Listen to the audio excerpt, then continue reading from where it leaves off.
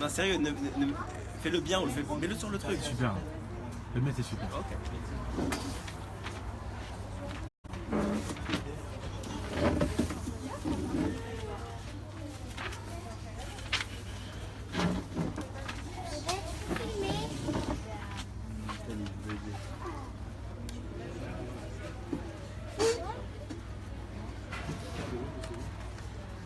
Ouais frère, là je suis en cours de Torah et après, je te rejoins, je suis à la marina.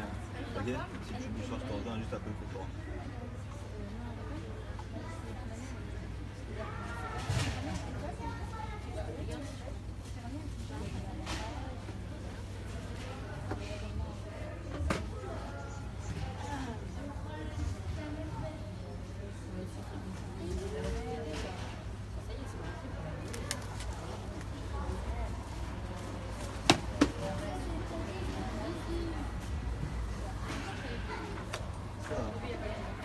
Jamais discret, tu vois. Arrête. Elle m'a lancé en me dit ouais.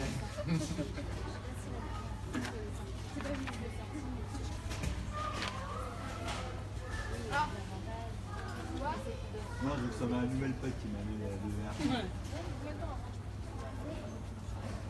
T'as trop un regard, je t'invite trop mal.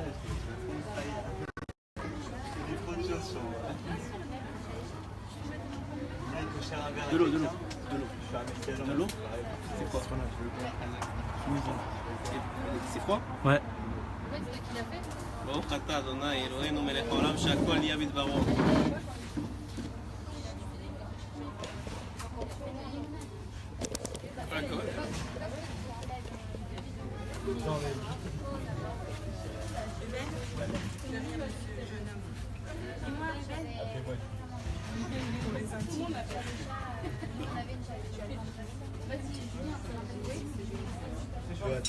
Attends, demande à tes parents s'il y a des gens qui veulent comme la fois chez les mains ou les Nishman en particulier. Écris-moi, je sais pas moi. C'est fait à BFD. Hein? Ok, vous allez dire pendant qu'on va commencer le shiur, ok?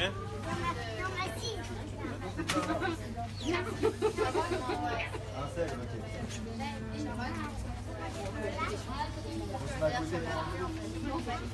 Ma côté, toi, pendant le chez toi, c'est l'obligation de faire un verre d'eau spirituel.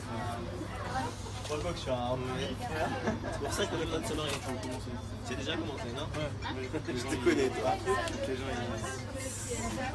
Ah, ok, vas-y, Videndel.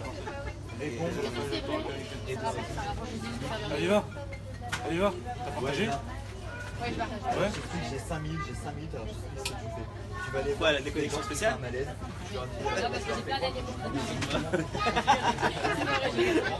Pourquoi pas? C'est bien. C'est bien d'avoir plein d'amis. Surtout des amis que tu connectes à la Torah.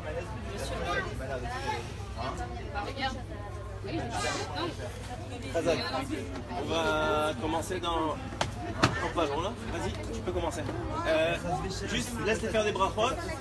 Chacun fasse des brachot. On va commencer dans 2 minutes. Vous pouvez vous asseoir, hein, vous avez le droit, vous pouvez venir. Vous êtes invités.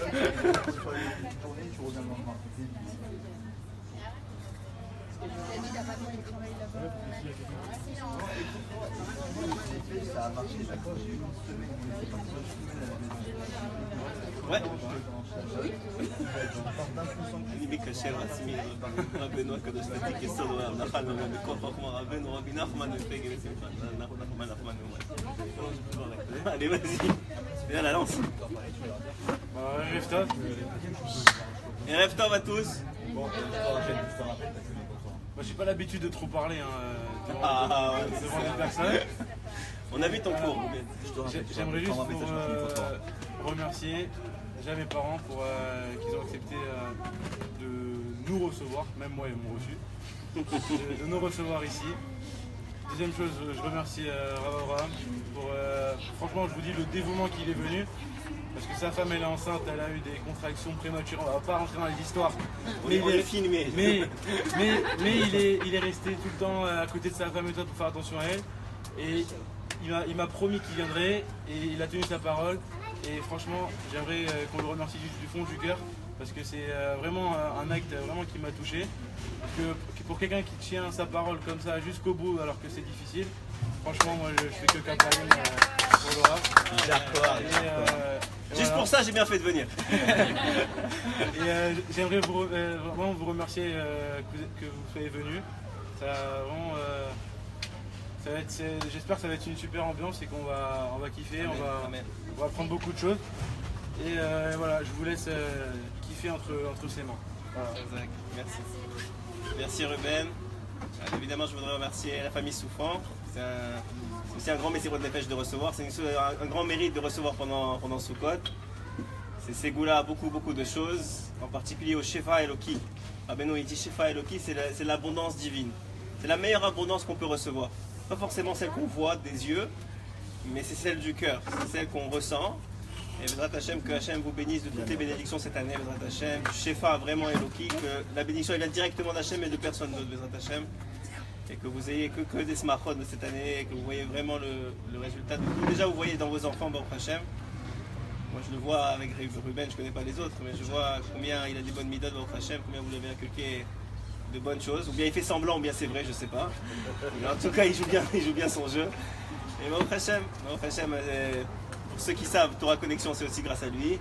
C'est lui qui a créé la page, c'est lui qui s'en occupe. Baruch Hashem, moi je lui ai dit avant de commencer, tu m'as fait faire beaucoup de choses cette année que j'aurais jamais fait. C'est vrai, c'est un grand mérite Baruch Hashem à son âge. Baruch Hashem. Alors voilà, je voulais vraiment vous remercier pour ça. Et Bezrat Hashem, donc vous savez que on a choisi le titre du cours ensemble, moi et Ruben. Et le titre du cours c'est LOL. Alors on a essayé d'inviter Gad Elmaleh, mais il a répondu non. donc vous êtes pris avec moi, je suis désolé. Hein. On va essayer de faire quand même Bezrat Hashem comme on peut. Alors, donc évidemment, hein, vous savez que le Inyan de Sukkot, c'est Zman Simchatenu. On sait que Sukkot, c'est la seule fête qu'on appelle ça Zman Simchatenu, ça veut dire la... Juste pour un Ilou Nishmat, s'il vous plaît. Ah voilà, on va y aller pour les Refoua les Shema et Nishmat. D'abord, premièrement, que ce soit les Refoua les Shema, les Rivka Vatester, les Dakala, Bezrat Hashem. B'Shara Tova ou Mazal Tov. Refoua Shelma, Léa Bat Mimia. Refoua Shelema, Léa Bat Mimia. L'Ilou Nishmat, Shmuel Ben Rosalie. Attends, on va faire les Refoua Shelema d'abord. Refoua Shelema, Yaakov, Aaron Ben David. Et tu m'as dit, Ruben? Shlomo Ben Meissa, Refoua Shelema. Refoua Shelema, les Shlomo Ben Meissa, Yisroud Rabbeinu Akadosh et Esther Bat Sarah et l'Ilou Nishmat Shmuel Ben Rosalie Sarah. Shmuel Ben Rosalie Sarah, aussi Noam Ephraim Ben Rachel, Mimoun Elbaz. Et vous pensez, tous ceux que vous pensez dans votre tête, ça marche aussi. Donc on a dit que le titre du cours, on l'a intitulé LOL, c'est l'abrégé pour MDR, pour mort de rire ou des choses comme ça. Donc on va voir comment, Bezrat Hashem, vous savez que normalement, c'est écrit dans la Tfila comment on appelle ça, que Sukkot c'est Zman Simchatenu. Vous voyez à côté on fait à la Hesh, ils mettent la musique à fond. Donc c'est Zman Simchatenu, tout le monde cherche à être heureux à Sukkot. On a pleuré à Kippour, on a eu peur à Rosh Hashanah. Sukkot c'est Zman Simchatenu et Chazal ils l'ont instauré comme ça, c'est Simcha Bet HaShoeva. Vous savez que le Inyan même au Bet Hamikdash était un moment très joyeux. Et en vérité tout le monde, toute notre génération, wow, vraiment tu rateras aucun dimanche soir, c'est pas possible. Baruch Hashem, viens. Mordechai, tout le monde te connaît, viens t'asseoir. Baruch Haba. Alors,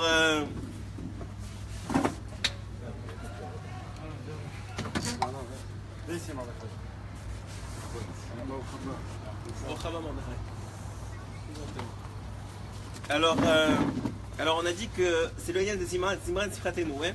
Et c'est écrit dans Perkei Avot, Miseo Ashir, c'est qui le riche, à Samear Bechelko, celui qui est heureux, qui est Samear c'est heureux, qui est heureux de son sort, ouais. Donc tout le monde veut être riche, ouais. Tout le monde, qui veut pas être riche. Donc tout le monde va être Samear Bechelko, mais comment on fait? Le problème c'est comment on fait, parce que c'est bien de nous dire tout ça, mais il n'y a personne qui nous a donné le mode d'emploi. On voit dans notre génération, c'est la génération la plus triste qui existe. Mais de tout ce qu'on a vu jusqu'à maintenant, on n'a jamais vu autant de dépression, autant de divorces, autant de cris dans les familles, autant de problèmes. On va commencer par les problèmes, après on va trouver les solutions, mais ça veut dire que Béhémet, il va falloir que je parle fort. Alors Béhémet, on voit quoi? On voit que cette génération, c'est une génération qui est particulièrement touchée par la déprime, par le stress, par l'angoisse. Alors que, au contraire, on a de toutes les générations le plus haut qualité de vie. Vous réalisez que ce que vivaient nos grands-parents quand ils devaient aller chercher l'eau au puits, ou quand ils devaient se battre pour finir les fins de mois, ou quand ils avaient 10 enfants, ou que les femmes elles se réveillaient à 5 h du matin pour préparer le pain parce qu'on ne pouvait pas l'acheter à la boulangerie, etc., etc. Si on était à leur place, on se tirerait des balles. C'est déjà comme ça, on n'en peut plus. Au bout de 3 jours de nettoyer une soukha, on devient fou. Alors on n'imagine même pas, bon Hachem. Alors on n'imagine même pas qu'est-ce que ça pourrait être à leur époque, ouais. Ça bekol gadol en shomieo shen shomieo. Tu vois, Rabbeinu il est vraiment avec nous, hein. Même toutes les chansons ils ont trouvé que celle-là. Pourquoi vous l'avez arrêté? Donc on a dit, ah, Kazak. En shumeo, chez Rabbeinu il a dit, en shumeo shbaolam klal. Il n'y a pas de désespoir dans le monde. Pourquoi il a besoin de nous dire ça? Quoi, on a besoin d'être désespéré? La vérité c'est que notre génération, elle a de grandes chances d'être désespérée. Parce que Rabbeinu il dit que la génération de ces générations, c'est la génération de Chol et Nefesh. On est malade de l'âme. On a une maladie qui s'appelle la maladie de l'âme, que personne ne voit, que personne n'entend, qu'on ne veut pas entendre, qu'on ne veut pas reconnaître. Les responsabilités qu'ils avaient, ils avaient 10 000 fois plus que nous. Alors comment ça se fait? Rabbeinu il explique très clairement que c'est à cause qu'on est Chol et Nefesh, on est malade de l'âme. Et cette maladie-là, c'est celle qui nous empêche de toucher à la vraie simcha. Et celui qui arrive à dépasser cette maladie-là et à se connecter à son âme, alors à ce moment-là, hein, elle est trop jeune pour toi encore. Non mais je sais que tu es venu pour te fiancer, mais moi je suis pas prêt à la fiancer. Alors... Alors, je parlais de fiançailles. Alors, donc ce que je vous expliquais, c'est que Béhémet Rabbeinu il explique que cette génération, c'est une génération qui a besoin de se faire remonter constamment. C'est le Haïnyan que Rabbi Nathan il explique dans l'écouté à la Chot. Et si vous voyez, Rabbi Nathan il a écrit des lettres à son père, Rabbi Nachman, enfin à son fils, Rabbi Yitzhak. Et dans ces lettres, la plupart de ces lettres, et pourtant ça fait déjà 200 ans de ça, mais la plupart de ces lettres, elles traitent de quoi? Mon fils, ne t'inquiète pas, continue à croire en Hachem, continue à tenir bon, c'est pas grave. Regarde, tu as toujours des points positifs, regarde comment tu as fait des mitzvot, regarde comment tu es quelqu'un de bien. Mais je comprends pas, on n'a pas besoin de ça. Est-ce qu'on a besoin de ça? Et bien, maître, Rabbi Nachman, il te dit oui, dans notre génération, tu as besoin de ça. Ce qu'on veut nous rappeler qu'on n'a pas de bien. C'est-à-dire quoi? C'est un travail, c'est une avoda dans notre génération, de fermer les yeux, il dit vraiment physiquement, de fermer les yeux sur ce monde, et de se concentrer sur ce qu'il y a de bien en nous et dans notre famille, chez nos femmes, nos enfants, et de se concentrer sur ça. Et si tu fermes pas les yeux, tout ce qui va arriver dans tes yeux, tout ce qui va se projeter dans tes yeux, c'est que du négatif, parce que l'homme, il ne voit que le négatif. Vous savez que c'est écrit que le hétrog, c'est par rapport au cœur, le loulav, c'est par rapport à la cédra, à la colonne vertébrale, et les trois hadassim, c'est par rapport aux yeux. Mais a priori, on a deux yeux, non? Ça, c'est un chidouche de Rav Neria, n'est-ce pas? Rav Neria nous a dit, a priori, on a deux yeux. Pourquoi on a trois hadassim? Alors, Rabbeinu, il dit, parce qu'il y a trois hadas. Ouais, il y a trois branches de hadassim dans les Arba Minim. Ah, moi, j'en ai pas mis... Va vite, parce que sinon, c'est pas caché. Deux haravot. J'en ai mis 36, moi. Ah, ouais, bon, ça c'est le Haïnyan Rabat, c'est d'ajouter. Très bien, mais le minimum, pour que ce soit cachère, le minimum pour que ce soit cachère, c'est 3. Ah, okay. Alors, on a dit 3, et c'est Keneged les yeux, ouais.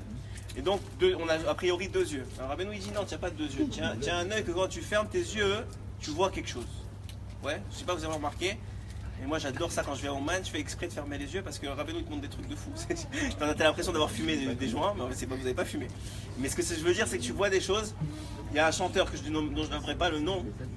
Il est arrivé à Oman, il a commencé bon, il est tombé sur la tombe comme tout le monde, il a commencé à pleurer. Il a fermé les yeux, il a vu une table de tzadikim avec son grand-père dessus. Et tout le monde peut vous raconter des histoires qu'ils ont vues, Béhémet incroyable. Baruch haba. C'est bien, tu viens avec tes livres. Ah, toujours. Hachem, hein. Alors, des histoires qu'ils ont vues de gens qui, Béhémet, ils se sont retrouvés à voir des choses. Quand tu fermes les yeux, Nous dit Rabbeinu Akadosh, tu es capable de voir le tachlit, la finalité des choses, la vérité. Et pourquoi, je ne sais pas si vous avez remarqué, moi je vois souvent ça, de par ma déformation professionnelle. Mais si vous allez chez le dentiste, ouais, vous allez remarquer que quand on sort l'aiguille, qu'est-ce que font les gens? Ils font ça. Ouais, mais qu'est-ce que ça change? Tu vas recevoir l'aiguille anyway. C'est pas que ça va faire moins mal. Mais Béhémet, oui. Rabbeinu, il dit tu fermes les yeux, ça fait moins mal. Pourquoi? Parce que le fait que tu ne vois pas la souffrance, ça te permet d'occulter la souffrance. Et tu te réfugies où? Dans le tachlit, dans la finalité. Et cette capacité-là que normalement un homme il doit avoir de omettre sur les événements de sa vie qui lui font du mal, parce que tout le monde en a, et de concentrer sur le tachlit, sur la finalité des choses, c'est-à-dire c'est écrit dans la Torah, d'ailleurs on le dit dans la Tfila, Yeh Hashem Echad ou Shmo Echad. Il sera un jour où Hashem sera un et son nom sera un. Et Rabbeinu il pose la question dans l'Écoute Amora, il dit je comprends pas. Hashem il est un et son nom il est déjà un, il n'a pas besoin. Depuis quand il y a deux Hashem? C'est de la picorso de dire ça, ouais? Vous êtes d'accord? Vous me dites hein, si vous ne suivez pas. Alors c'est la picorso, il dit Rabbeinu non. Parce que l'homme il n'est pas capable de voir Hashem comme un. Parce que quand il va bien, quand tout va bien, il le voit comme quelqu'un d'extraordinaire, comme qu'il aime, comme qu'il adore. Et de l'autre côté, quand ça va pas et qu'il y a quelque chose qui va pas, il a des difficultés, il trouve qu'Hachem c'est un bourreau, c'est un tyran, etc. Un peu comme les femmes avec leur mari. Quand ça va bien, c'est le meilleur du monde, et quand ça va pas, il est mieux de sortir de la maison. Ouais, c'est pas mal ça. Pourquoi? Je vais vous dire la vérité, c'est que nous avec Hachem, on est à peu près comme ça, on est à peu près comme les femmes avec leur mari. Qu'est-ce que ça veut dire? C'est-à-dire qu'on a besoin de façon continue de recevoir de l'attention et de l'amour d'Akadosh Baruch Hu et de le ressentir. Et il y a des fois où c'est difficile. Mais si tu ne comprends pas et tu ne connais pas cet enseignement-là, que particulièrement quand c'est difficile, c'est parce que c'est pour ton bien et parce qu'il y a une finalité à ça et que cette finalité elle est bonne, et que tu ne fermes pas les yeux à la difficulté, à la douleur que tu ressens à ce moment-là, et que tu ne te projettes pas vers l'avenir, alors si tu n'arrives pas à faire ça, tu souffres énormément. Parce que ce monde, Rabbeinu il a dit, c'est que des souffrances. Alors ça veut dire que c'est pas joyeux. Ça veut dire quelqu'un qui veut trouver des raisons de souffrir, il peut en trouver jusqu'à demain matin. C'est sérieux, il peut en trouver jusqu'à demain matin. Et ça va pas dans son couple, ça va pas avec ses enfants, il lui répond, il fait ça. Parce qu'il y a plein de points négatifs. Il y a aussi énormément de points positifs. Mais c'est un travail de l'homme de les trouver et de se concentrer dessus et de les sortir. Et il dit Rabbeinu, à partir du moment où tu arrives à faire ça, tu vas voir que ça va sortir une bonne odeur, comme le hétron. Ça va sortir une bonne odeur, et cette odeur-là, elle va commencer à habiter ta vie. Et maintenant, puisque maintenant ça sent bon, ça va commencer à affecter même les points négatifs. Et les points négatifs d'eux-mêmes, ils vont se transformer. Est-ce que vous avez des questions? Non? Personne? Ok. On continue. Donc on a dit que qui ne veut pas être sa meilleure dans ce monde-ci? Personne. Tout le monde veut être sa meilleure. Ouais. Et la plupart d'entre nous, ceux qui ont fait tchouva en tout cas, la plupart d'entre nous on a fait les 400 coups avant d'arriver à la tchouva. Et dans ces 400 coups là on a voulu beaucoup kiffer. On parlera pas des boîtes de nuit,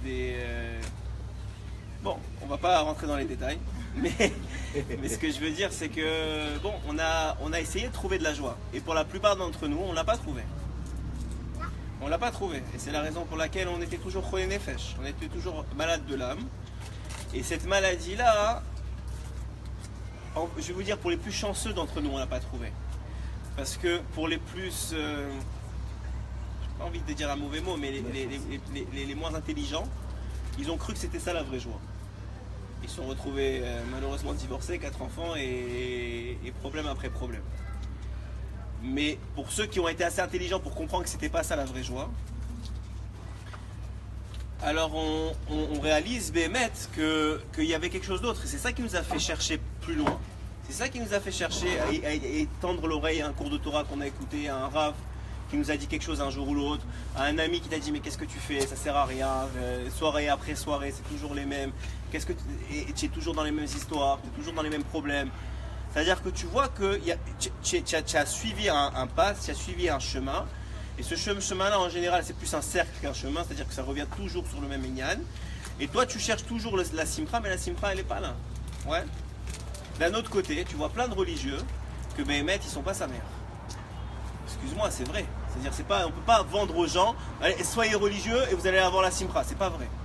C'est pas vrai. Il y a des gens, ils sont mais Hatzben, ils ont t'as envie de mourir quand t'es avec eux, et les gars ils ont des kippas et des trucs, mais t'as envie de mourir. C'est-à-dire, le gars il est déjà dans l'Olamaba, quoi. Il veut pas vivre ce monde-ci, c'est de la folie. C'est-à-dire, lui, si tu lui parles de quoi que ce soit d'autre que des choses qu'il pense que c'est vrai, il est dur avec ses enfants, il est dur avec sa femme.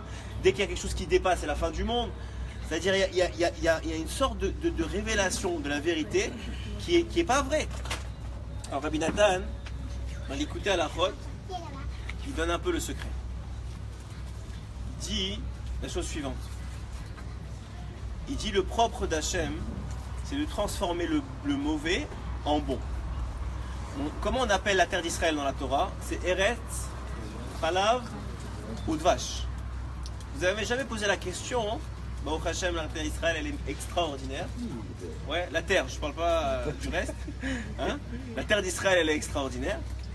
Alors, pourquoi la Torah, elle a choisi Chalav ou Dvash? On a vu, Baruch Hashem, plein de choses, ouais. Pourquoi Chalav ou Dvash? Alors, il y a une histoire là-bas dans la Gemara qui rapportait qu'il y avait un Tana qui a vu que Béhémet, il y avait tellement, les dattes elles étaient tellement grosses que le miel, il descendait, il coulait des dattes. Il y avait du lait comme ça d'abondamment, très bien, ok. Mais la Torah, elle aurait pu dire plein de choses. Pourquoi Chalav ou Dvash? Alors Rabbi Nathan, il dit dans l'écoute à la fois quelque chose d'extraordinaire. Il dit c'est les deux seules choses qui sont cachères et qui viennent d'un élément non cachère. Ouais, Chalav ou Dvash, c'est deux seules choses qui viennent d'un élément cachère. Quoi? Le Chalav, le lait, ça vient du sang. C'est une transformation du sang chez les femmes, on le sait, mais même chez les animaux, c'est une transformation du sang, qui est donc non cachère. On sait qu'on n'a pas le droit de manger du sang d'animal, qui est transformé en lait. Donc c'est quelque chose qui a priori était complètement non cachère, complètement interdit, et que Hachem a réussi à transformer en lait. Ouais. Le miel, ça vient de l'abeille. L'abeille, c'est non cachère. Ouais. L'abeille, c'est non cachère, et Hachem, il a réussi à sortir de l'abeille quelque chose qui est cachère, et bon, Hachem qui est super bon. Donc ça veut dire quoi? Hachem, il est capable de sortir du mauvais le bon. Et pas seulement ça, on le voit. Dis-moi, c'est des Breslev à côté, hein? Ouais. Oh, Hachem. Alors, les invités. On a accommodé. Je me sens woman. Ça va ensemble. Alors, donc je disais, Bémet, Rabbeinu il a dit à chaque écouté Moharan, il a une Negina, il a une mélodie qui va avec. Et s'il avait dévoilé la mélodie, même les pierres auraient fait tchouva. S'il avait dévoilé en plus du l'écouté Moharan la mélodie qui va avec, même les pierres auraient fait tchouva. Je ne sais pas si vous remarquez, mais en tout cas moi ça me fait ça, peut-être si j'ai juste toi dans le monde qui savait ça. Mais moi je crois que c'est, vu le nombre de vues qu'il y a sur YouTube de ces chansons-là, j'imagine que c'est pas seulement moi dans le monde, mais chaque fois qu'il y a une chanson de Rabbeinu qui sort, en tout cas à 99,9% des temps, moi ça me rend fou, c'est-à-dire ça touche la neshama. Je ne sais pas si vous pensez la même chose, mais c'est des chansons extraordinaires. Alors on dirait Bémet c'est Ruach HaKodesh quand il les sort. Et d'ailleurs maintenant, tout celui qui veut faire un CD, il met une chanson de Rabbeinu dedans. Je ne sais pas si vous remarquez, à chaque fois il y a une chanson qui rentre dedans pour être sûr que ça va marcher. Donc qu'est-ce que je vous disais, c'est que Rabbi Nathan il dit dans l'écouter à la Chot que Hachem il est capable, et pas seulement Hachem, nous on est privilégiés. Vous savez qu'il y a trois mitzvahs dans la Torah qui englobent toute l'individu et qui ont une raison pour ça. Les trois mitzvot, c'est Shabbat, la Souka, ce qu'on est en train de faire maintenant, et Eretz Israël. En vérité on en fait 2 sur 3 là maintenant. Et pourquoi ça a besoin d'englober tout l'individu, ces trois mitzvot là? Parce que c'est 3 mitzvot qui ont pour ségoula de changer l'homme. Celui qui fait Shabbat, Be'keil Chata, il est censé changer. Celui qui fait la Souka, Keil Chata, Betsameach, et qui se force à être Sameach, parce que la Simcha, c'est une Avoda. Ne croyez pas qu'être Sameach, c'est parce que maintenant tout va bien, alors j'ai le droit d'être Sameach. Rabbeinu, il n'a pas dit c'est mitzvah gdola liot besimcha juste quand ça va bien. Il n'a pas dit ça. Il a dit mitzvah gdola liot besimcha tamid. Particulièrement quand ça va mal, c'est le moment d'être Sameach. Alors comment tu fais? Moi j'ai envie de pleurer. Qu'est-ce que tu me dis Sameach? Je vais faire semblant de taper les mains. Dis-moi, mais je dois devenir fou. Je ne peux pas être hypocrite. Ah mais non, il t'a dit parce que toi ce que tu vois, hein, tu es avec tes 2 yeux. T'as pas fermé les yeux, ferme les yeux. Ferme les yeux et concentre-toi sur le tari. T'as une femme, t'as des enfants, Hachem il t'a donné des enfants en santé, il t'a donné une maison. Ok, je paye tous les mois et c'est une catastrophe et je sais même pas comment payer. Mais pour l'instant t'as de l'électricité. Tu sais où dormir ce soir.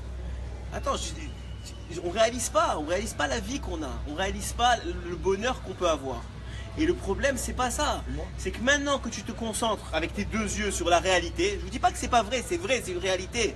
La réalité des problèmes, des mashkanta, de la banque, du comment je vais faire demain, tout ça c'est une vérité. Mais cette vérité, elle te pourrit la vie. Et Rabbi Nathan, il dit quelque chose d'extraordinaire. Il dit toute vérité qui te pourrit la vie, c'est pas ta vérité.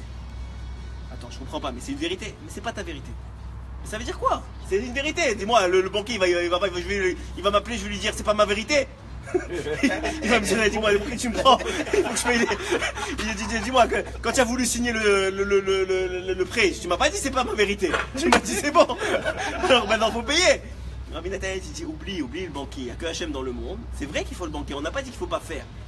Mais sachez une chose, c'est que toute vérité qui t'éloigne d'Hachem, et donc de la Simra, parce qu'on va voir ce soir, que la seule façon de Oved Hachem et d'être vraiment connecté à Hachem, c'est seulement cette meilleure. C'est seulement si tu es joyeux. Si tu n'es pas joyeux, oublie, tu n'es pas connecté.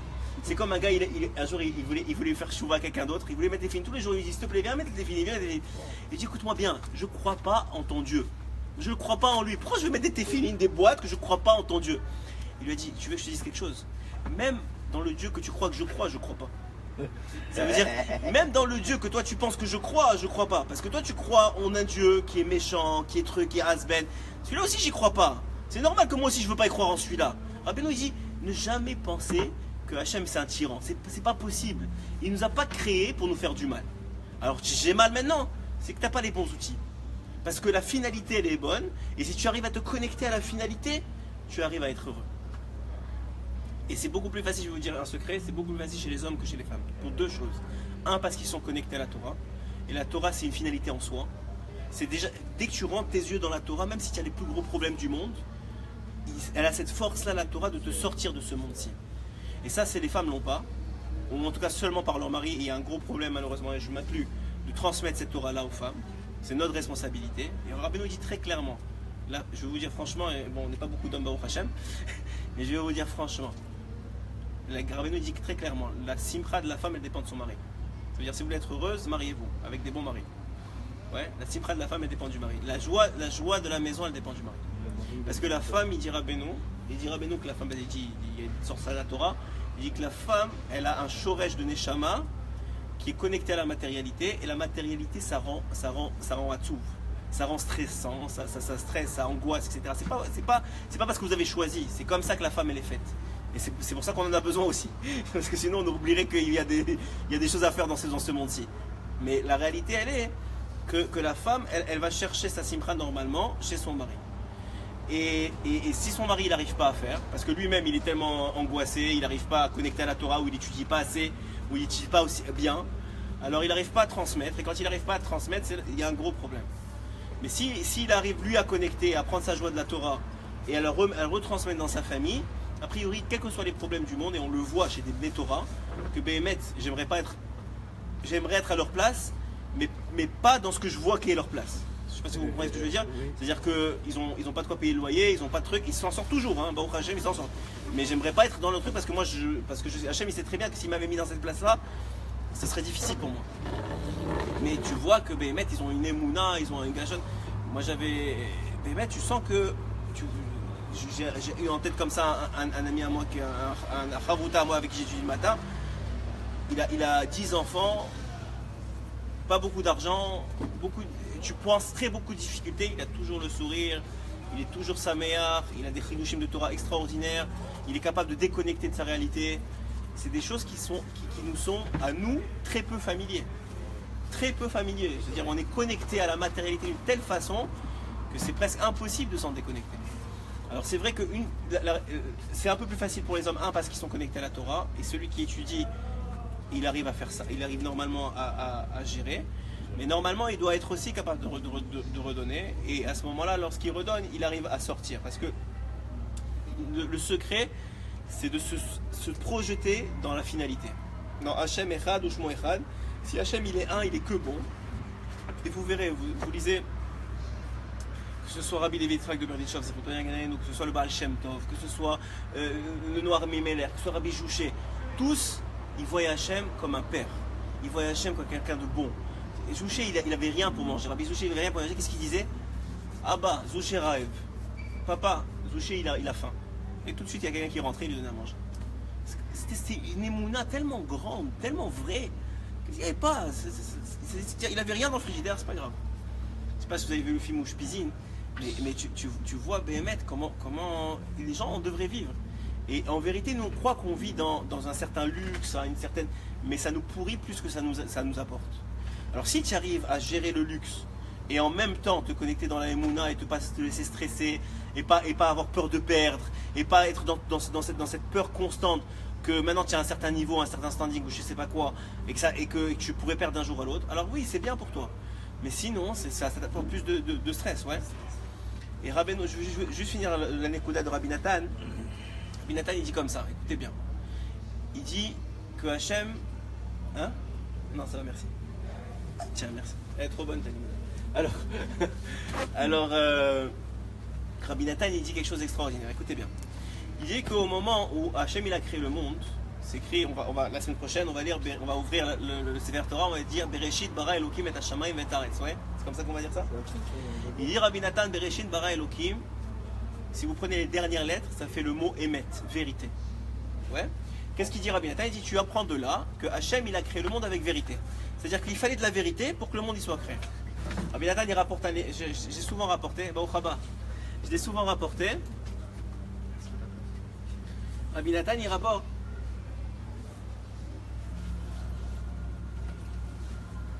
Rabbi Nathan il rapporte que il rapporte que il y a un midrash qui dit comme ça. On va juste laisser installer les gens.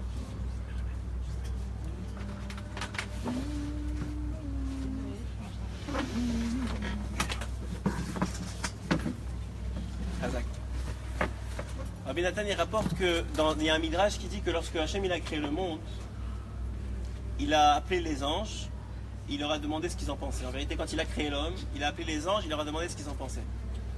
Et il y avait des anges qui étaient pour et des anges qui étaient contre.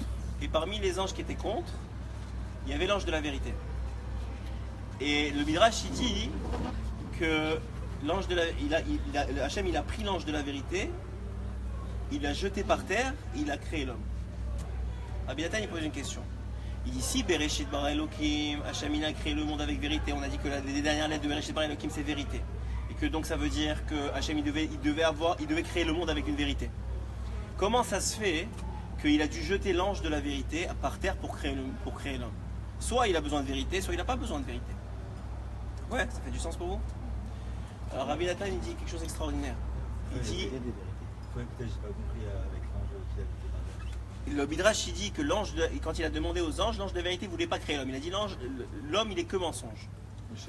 Donc il dit shaker. Donc je veux pas créer, c'est pas une bonne idée de créer l'homme. Hachem il a pris l'ange de la vérité, il l'a jeté par terre et il a créé l'homme. Donc ça veut dire quoi? Il avait besoin de se débarrasser de l'ange de la vérité pour pouvoir créer l'homme, a priori. Ouais. Et donc en vérité Rabbi Nathan il explique quelque chose d'extraordinaire. Écoutez bien parce que c'est un secret de la Simcha. Il explique Rabbi Nathan que la seule vérité qui compte pour l'homme, c'est la vérité qui le rapproche, pas la vérité qui l'éloigne. Il y a deux types de vérités. Il y a quelqu'un qui peut t'appeler et te dire mais dis-moi, tu sais tu fais ça pas bien et ça pas bien et ça pas bien et quand est-ce que tu vas commencer à faire ça bien et ça bien et ça bien et ça bien? Et toi tu sens les boules monter, tu sais ce qu'il me raconte, tu sais qu'il a raison en plus. Tu sais qu'il dit la vérité. Quand est-ce que tu vas bouger, quand est-ce que tu vas avancer, et ça te fait mal, ouais. Et lui, il sait toucher, il te connaît bien, c'est un ami à toi ou des parents, etc. Il sait toucher le point qui te fait mal, ouais. Qu'il sait que tu l'as en toi, mais il n'est pas encore dévoilé, ouais. Et Rabbi Nathan il dit, il rapporte beaucoup dans les Mitroufa, dans les lettres qu'il écrit à son fils. Il dit que c'est pas la façon de faire. Il dit que c'est pas la façon de faire. Pourquoi? Parce que cette façon-là, elle t'éloigne d'Hachem. Parce que peut-être tu vas y arriver, tu vas faire ce qu'il dit, mais c'est pas encore toi.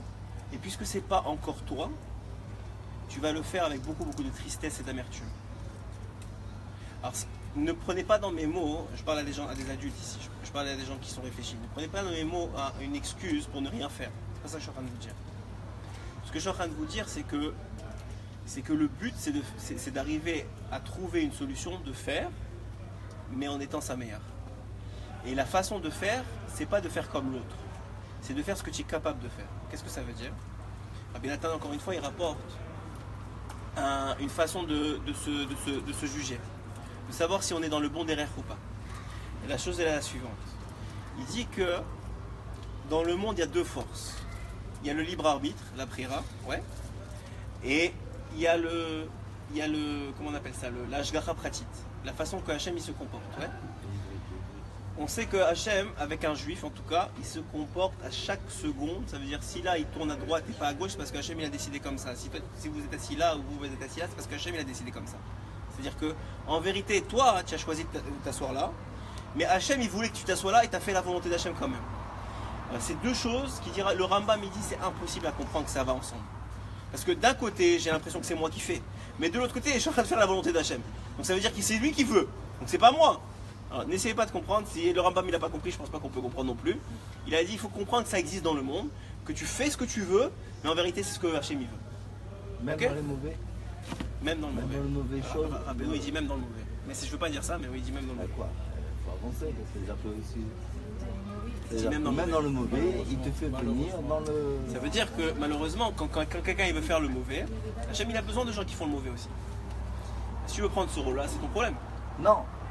Des fois, tu as besoin. Rabbeinu il dit chaque nefila c'est pour une aliyah. D'accord. Ok, donc ça veut dire que tu as besoin de tomber. Tu vas faire exprès de tomber. Tu as besoin de descendre pour monter. C'est ce qu'il dit Rabbeinu. Donc ça veut dire quoi? Ça veut dire que est-ce que tu vas faire exprès de tomber? Non, ça veut dire qu'Hachem il t'a amené pour tomber parce qu'il sait que tu vas remonter. Pourquoi il a besoin de te faire tomber pour remonter? Parce que s'il te fait monter directement, tu vas même pas savoir que tu es monté. Voilà. Tu vas même pas réaliser, tu vas même pas comprendre que c'est quoi le matok d'être monté. Donc il est obligé de te casser et après tu remontes. Ok? Hachem il a tout le temps du monde.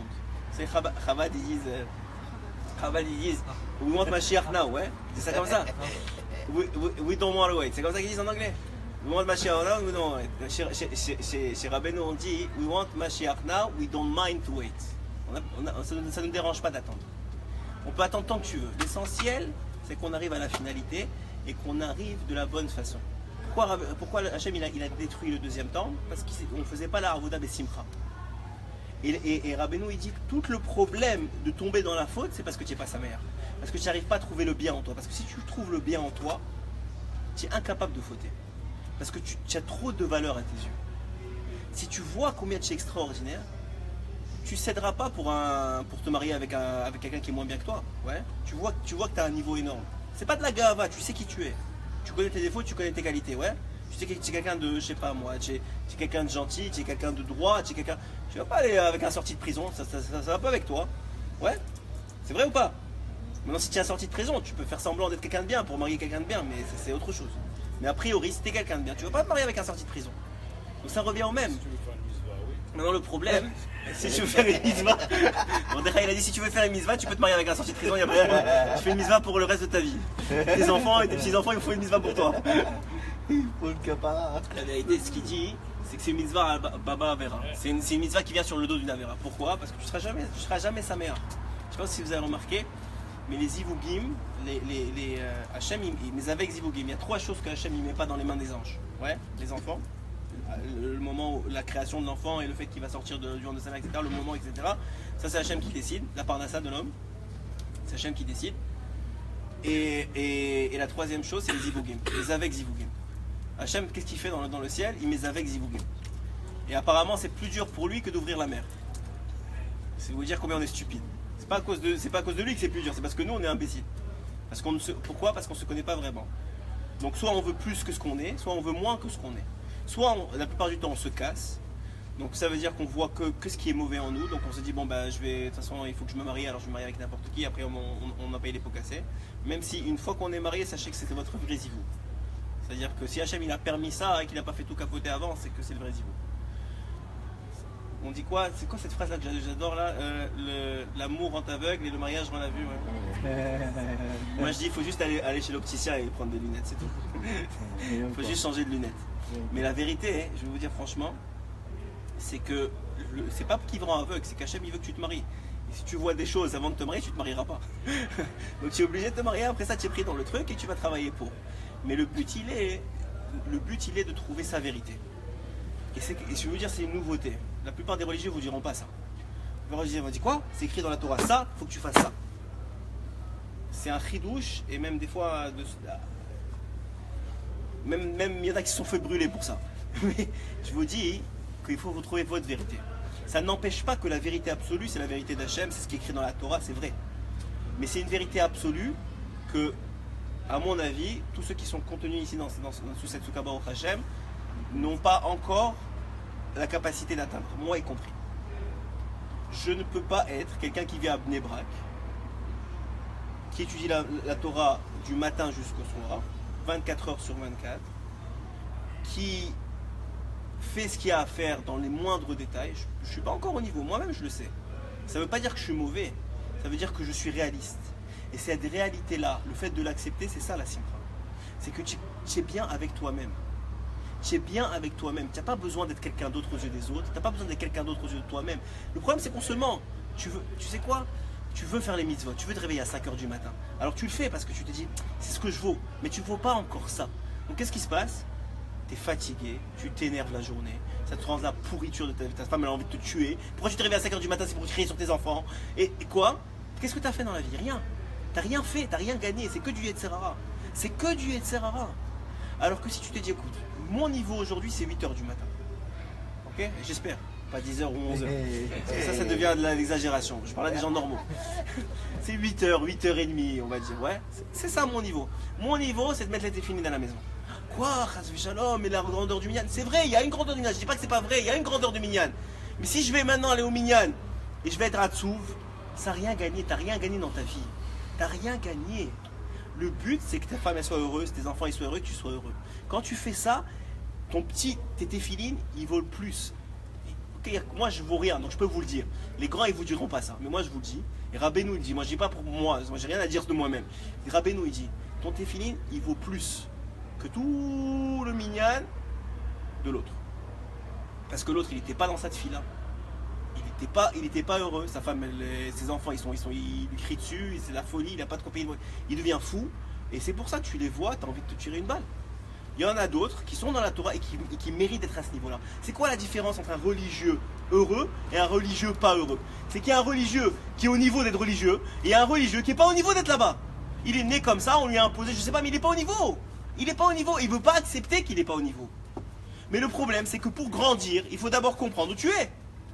Parce que sinon, qu'est-ce que tu crois? Tu crois que tu es au 18e étage et tu te dis, bon, je vais grandir au 20e. Et quand tu tombes à -1, tu dis, mais je comprends pas, j'étais au 18e quand même. En vérité, tu n'étais jamais au 18e. Tu étais à -1 et Hachem, il a juste t'a fait tomber. Et après ça, tu vois que tu réalises que tu es à -1. Mais en réalité, tu n'es pas au 18e. Donc la première chose à faire pour être heureux, c'est de comprendre où tu es. À partir du moment où tu comprends où tu es et tu acceptes où tu es, maintenant tu as une ravoda d'être heureux avec ce que tu as. Et c'est déjà énorme parce que tu as énormément dans les mains. Il faut comprendre qu'est-ce que ça veut dire mettre les téfilines. Il faut comprendre qu'est-ce que ça veut dire allumer des nérodes de Shabbat. Il faut comprendre qu'est-ce que ça veut dire être sous une souka. Il faut comprendre ça veut dire quoi faire un pas en Eretz Israël. Vous réalisez qu'est-ce que ça veut dire faire un pas en Eretz Israël? Moshe Rabbeinu, il a donné sa vie pour faire un pas en Eretz Israël. Et nous, on n'est pas capable d'être heureux de ça. Pourquoi? Ah mais tu comprends, je ne me suis pas assez comme ça, et moi j'aurais dû être comme ça, et je devrais me réveiller comme ça, et je devrais faire ça comme ça. Tu as raison, mais ça c'est du émet, c'est du émet. Mais c'est du émet qui t'éloigne d'Hachem. Parce qu'en vérité, entre vous et moi, quand vous faites ça, est-ce que le lendemain, vous arrivez à grandir? Vous faites plus que vous avez dit hier? Ou ça t'a juste, ça t'a soulagé soi-disant de faire semblant de te sentir mal? Et maintenant, bon, je me suis senti mal, hein, je peux pas continuer à faire les conneries. Mais attends, mais qu'est-ce que ça a changé dans ta vie? Ne te sens pas mal. Qui t'a dit de te sentir mal? C'est que les terrains qui t'a dit de te sentir mal. Ne te sens pas mal. Sois heureux avec ce que tu as, mais comprends que c'est pas bien. Il faut que tu avances, c'est tout. Comprends qu'il faut que tu avances, c'est tout. Maintenant, tu avances à ton rythme. Personne ne peut être à ta place. Tu avances à ton rythme. Tu es capable de mettre la jupe là, tu la mets là. Tu es capable de la mettre là, tu la mets là. Mais comprends une chose, il y a une vérité absolue, c'est celle d'Hachem, et c'est ça que tu veux atteindre. Maintenant, ça va te prendre une vie, 3 vies, 5 vies, 10 vies. Hachem, une journée ou 1000 ans, c'est la même chose pour lui. Une journée ou 1000 ans, c'est la même chose pour lui. Qu'est-ce que vous croyez? Qu'est-ce que vous croyez? Si on doit commencer à se juger par rapport au Tanaïm d'il y a 500 ans, mais c'est pas la peine de vivre. Saute par le balcon, il a dit. J'ai raison, saute par le balcon, ça vaut rien. C'est-à-dire, si tu dois être demain Moshe Rabbeinu, alors c'est pas la peine, règle, saute par le balcon, c'est mieux. En tout cas, moi, c'est ce que je ferai, parce que ça sert à rien. Non, c'est vrai? Est-ce que vous êtes d'accord avec moi ou pas? Parce que j'ai pas l'impression là. Mais vous comprenez la réalité des choses. La réalité c'est que le Hémet, et ça c'est un chidouche de Rabbeinu, et c'est quelque chose qui est très difficile à comprendre dans la religion en général, c'est que le Hémet, il n'est pas absolu. Il est relatif à l'individu. Et le Hémet absolu qui dit que l'homme il est sheker, qu'est-ce qui se passe? Ah. Ta femme, Baruch Hashem. Tu as une femme, dis merci. Alors, le Hémet qui est absolu, c'est pas un Hémet qui est adapté à l'homme. C'est pour ça que quand le Hémet il dit l'homme il est sheker, c'est vrai. Et qui n'a pas menti une fois dans sa vie? C'est vrai. Celui-là, il faut qu'il jette par terre. Par contre, il y a un Hémet d'Hachem. Bereshit bara Elokim et Hashamayim vet haaretz. Hachem, il a créé la terre pour l'homme. Et quand il a créé la terre, il l'a créé avec un Hémet. Ce Hémet, c'est celui de la tchouva. Ce Hémet, c'est celui du point positif. C'est aussi du Hémet. Ce Hémet, c'est ton niveau. Maintenant, il faut juste arrêter de se mentir. À partir du moment où tu arrêtes de mentir, tu peux construire. Ok? Et ça, c'est une clé dans la avoda de la simcha. Je vous ai dit, la simcha, c'est pas aller en boîte, c'est pas écouter. Ça, c'est de l'instantané. C'est vrai, c'est comme un café, c'est instantané, ça marche bien. Pendant 2-3 heures, t'es high, et après ça, il faut que tu dors 3 jours. Ouais? Parce qu'au bout d'un moment, il faut que tu payes les pots cassés. Parce que c'est du faux. Tout ce qui est faux, tu payes. Tout ce qui est faux, à la fin du compte, tu payes. Tu veux avoir de l'argent faux, un jour ou l'autre, on va t'attraper. Tu vas voir ton nom dans les journaux, tu vas passer en prison. C'est pas une vie. D'abord, tu dors pas, mais en plus, c'est pas une vie. Tu veux te marier faux, tu vas payer, t'inquiète pas, ça va finir en divorce. C'est-à-dire, tu veux faire semblant quand tu t'es marié, avant de te marier, tu as fait le beau gosse et tout ça, et après ça, tu as mis des babouches et tu as commencé à faire n'importe quoi. Sache que tu vas payer. Quoi, ta femme, tu crois quoi? Elle s'est mariée avec DiCaprio, elle s'est retrouvée avec Boujna. Ça marche pas? Sérieux, non? J'espère que Boujna, il écoute pas la rupture, mais vous comprenez, ça marche pas. Il a l'Israël, attention. Ça veut dire, il faut que vous compreniez que soyez émettes, c'est tout. Tiens Boujna, sois heureux d'être Boujna, c'est pas grave. C'est très bien, il remplit des salles, il est très content. Et sa femme, elle va se marier pour lui. Elle va se marier parce qu'il est drôle. Pas parce que c'est un beau gosse, parce qu'il est drôle, et ben c'est très bien. Mais au moins, il n'aura pas de mauvaises surprises. Vous comprenez? Ça veut dire, on peut pas changer. Hachem, il t'a donné des forces et des faiblesses. Ouais. Il t'a donné une âme. Cette âme-là, excusez-moi de vous le dire, mais on ne peut pas la changer. Tu ne peux pas devenir quelqu'un que tu n'es pas. Au mieux, tu vas devenir le meilleur de toi-même. Au mieux, si tu arrives à faire ce que Hachem il te demande, tu vas devenir le meilleur de toi-même. Mais tu ne deviendras jamais quelqu'un d'autre. Hachem il t'a donné des forces à toi qu'il n'a pas donné à un autre. Il a donné des faiblesses à toi qu'il n'a pas donné à un autre. Donc maintenant tu as des cartes en main. Ces cartes-là, c'est ton jeu. C'est à toi de jouer. Alors tu peux faire semblant et tricher, et aller chercher une carte là, et sortir une carte de ta poche. Ok, combien de temps ça va durer? Mais au bout d'un moment, c'est ton jeu. C'est à toi à gérer. Et ça, je vous dis, c'est un conseil. Mais dans votre vie de façon générale, maintenant que vous êtes en plus jeune et que vous avez c'est pour le reste de votre vie. Même avec vos enfants. Vous croyez quoi? Vos enfants, ils sont bluffés, ils croient que c'est des imbéciles. Ils te voient t'énerver d'un côté, crier, après ça tu lui parles des mounins. Ça marche? Tu crois que ça marche? Tu as crié devant lui, dis-lui, tu sais quoi, j'aurais pas dû crier. Je me suis énervé, c'est mon etc. J'aurais dû me calmer, j'ai pas réussi. Mais ça, tu lui as appris quelque chose.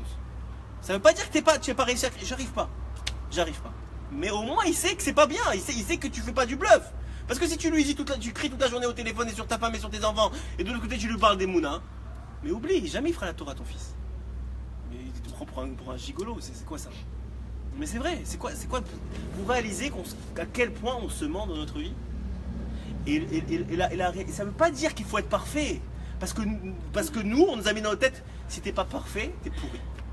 C'est pas vrai. C'est pas vrai. Je suis pas parfait. Qui est parfait? Il n'y a personne qui est parfait. Il y a juste des gens qui font semblant. Ça dure 1h30, le temps d'un film avec 18 000 reprises. Et voilà, ils te le mettent sur un écran. Voilà, c'est ça que ça doit être. Et ça, c'est du cinéma. Alors, il y en a qui veulent jouer à un cinéma. Ils s'habillent, tu sais, ils s'habillent Hugo Boss et tout est beau et tout est nickel. Mais ça fume des joints et ça finit en cacahuète. Moi je vous dis, j'en connais plein. Et les BMW, les trucs. Et c'est pas des gens heureux. C'est pas des gens heureux. Bichlal. Les gens qui sont heureux, c'est pas des religieux. C'est des gens qui ont trouvé leur place et qui sont contents avec leur place. Le gars, il est fait pour être à Bnei Brak, il vit à Bnei Brak. Le gars, il est fait pour être à Ashdod, il vit à Ashdod. Maintenant, le gars de Nebrak, il appelle celui d'Ashdod, il dit mais pourquoi? Viens, tu vas voir, c'est extraordinaire, qu'est-ce que tu fais là-bas? Il n'y a que des Chilonis ou je sais pas quoi. Alors le gars, il va se faire monter la tête, il va venir à Nebrak, sa femme elle va le divorcer au bout de 2 mois, ses enfants, ils vont devenir fous parce que c'est pas des écoles pour eux, etc., etc. Moi, je vais vous dire, avant Rabbeinu, bon, peut-être je te la passe, je devrais pas dire ça. Pour pas dire ça. Mais avant Rabbeinu, heureusement que j'ai connu Rabbeinu avant de faire la Lia. Parce que tous les choix que j'aurais fait, ça aurait été des choix je serais direct allé au suicide. Direct allé au suicide. Parce que c'était pas pour moi, ni ma famille, ni mes enfants. Mais c'était un idéal, tu comprends? Je ne veux pas parler, mais ça veut dire, j'avais un idéal, et tout le monde m'a dit c'est ça qu'il faut faire. Mais c'était pas pour moi. Alors maintenant, eux, ils sont très bien là où ils sont, mais c'était pas pour moi. Moi, je vois mes enfants, ils sont épanouis dans leur école. C'est une école cool au Torah, mais c'est une école où ils acceptent des gens, des Français, etc., des Rotsniki. Ils savent c'est quoi, ils savent comment leur parler, ils leur donnent de l'amour. C'est pas juste de la Torah 24 heures sur 24. Il y en a que ça marche, mais c'est pas fait pour mes enfants. Je sais que c'est pas fait pour mes enfants. Ma femme, elle a la vue sur la mer, Baruch Hashem, c'est extraordinaire. T'es à Ashdod, c'est extraordinaire. Il faut que tu connaisses les gens avec qui tu es. Alors maintenant, amène-la à Bnei Brak, mais au bout de 2 mois. C'est même pas Israël qu'elle veut pas, elle te crache sur la Torah. C'est la Torah qu'elle te met à la poubelle. Et vous comprenez, c'est avec vous, c'est la même chose.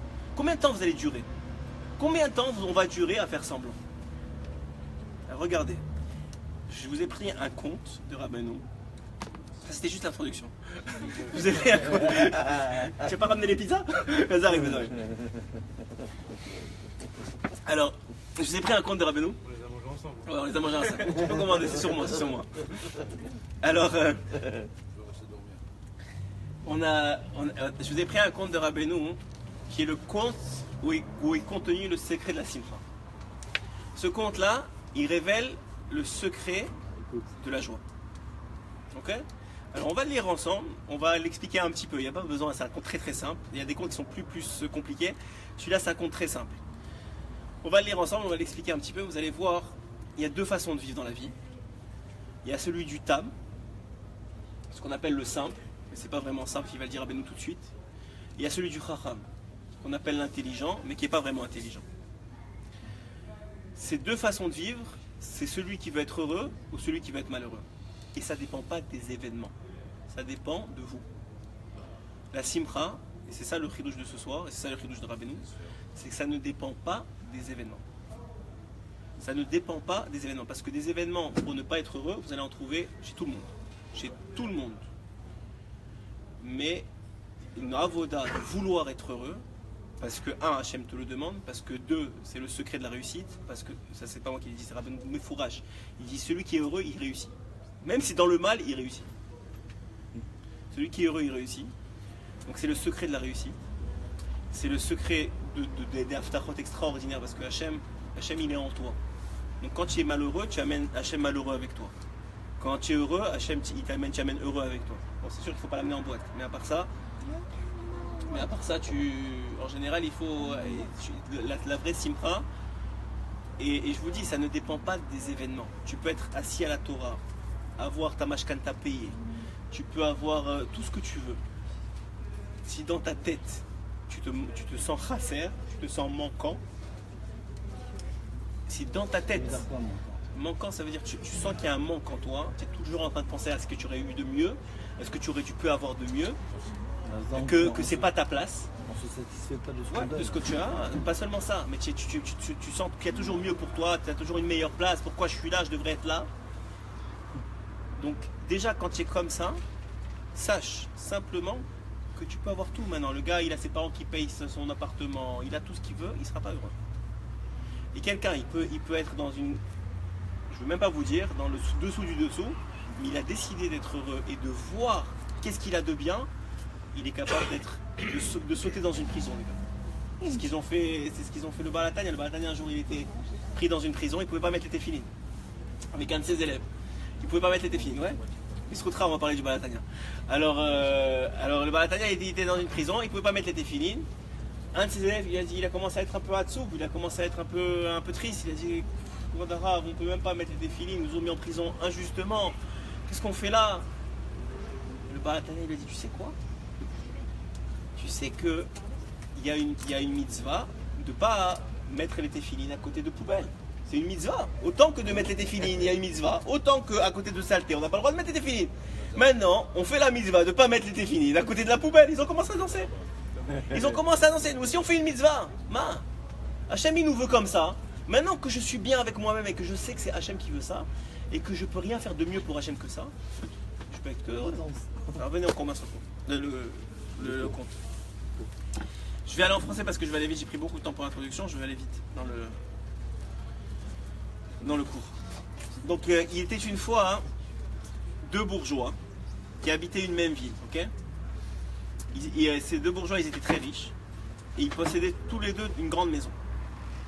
C'était deux notables et chacun ils avaient un fils. Ils étudiaient dans le même cheder, dans le même endroit. Ok. Hein? Non, celui-là, on a interrompu le fils d'asserment qu'on a commencé la semaine dernière pour la prochaine fois. Parce que là, c'est exceptionnel, on est sous la soupe. Alors, donc il dit, ils étudièrent tous les deux dans le même cheder, dans le même endroit.